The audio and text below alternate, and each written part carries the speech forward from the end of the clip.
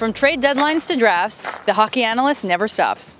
Hi, I'm Rebecca Brayton and welcome to WatchMojo.com. And today we're speaking with the hockey insider himself, Bob McKenzie, to learn more about the day-to-day life of this TSN broadcaster. Hello, my name is Bob McKenzie, and you may know me as the hockey insider at TSN. Now, I'd love to get some insight of what your job is like at TSN. It's great, and you know, day starts early. You got to read a lot, spend 2-3 hours just going through all the papers and on the internet and that. And spend a lot of time on the phone, a lot of time on the BlackBerry. Start to identify in the day what issues are out there, what things are kind of hanging there. Well, Dion's an impact player, and that impact can be very, very good, and that impact can also be somewhat negative at times. I don't know that it ever fully comes out on the air because it's hard to translate that for the average person to what it's really like to be behind the scenes. But the best I can do is just try and tell them what's going to happen before it happens or as it's happening. I mean, it seems pretty commonplace for, fired or unemployed coaches to become commentators. What's it like working with these guys that you are used to covering? It's good. You know what? Because you learn a lot from them. I like being on the panel with John Tortorella. I like being on the panel with Peter Laviolette. They've got great stories. They got great insight, and you learn so much by being around them. It's a two-way street.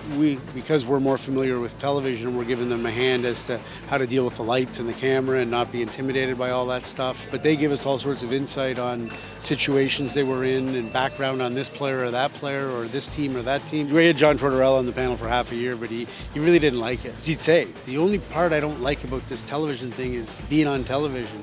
I like coming in and talking hockey with all you guys and watching the games and having the banter back and forth, but when we actually have to go on the air, I don't like that. So you probably should have skipped TV. I wish I could give you a explanation about it. I can't. What is your busiest day of the year? Oh boy, I could pick so many now. Trade deadline day is really demanding. It's grueling, and in fact, it used to be just one day, and now it's the 3 or 4 days before, almost the entire week before. And even though the deadline's over at 3, the trades can still filter through till about 5 o'clock, and then you got to wrap the day up and everything else. And because you've worked so hard the week before, that's pretty exhausting. Thank you very much. My pleasure.